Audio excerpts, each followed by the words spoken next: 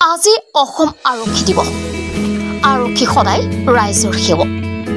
দিন ৰাতি একাকাৰ কৰি কেৱল সাধাৰণ জনতাৰ নিৰাপত্তাৰ হকে দায়িত্ব পালন কৰে অসম আৰক্ষী।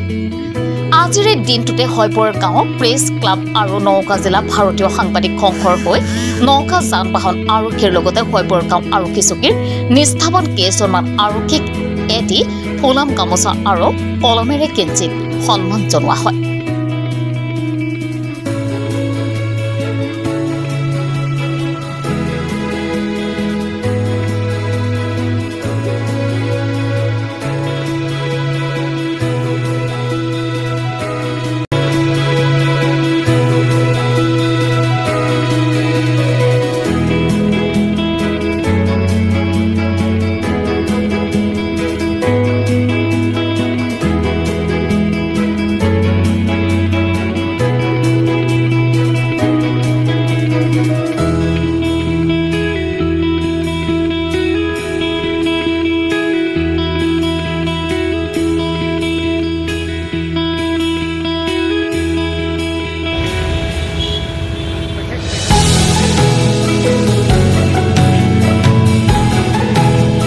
আফতাব হুছেইনৰ ৰিপৰ্ট, প্ৰতিদিন নিউজ ভাৰত।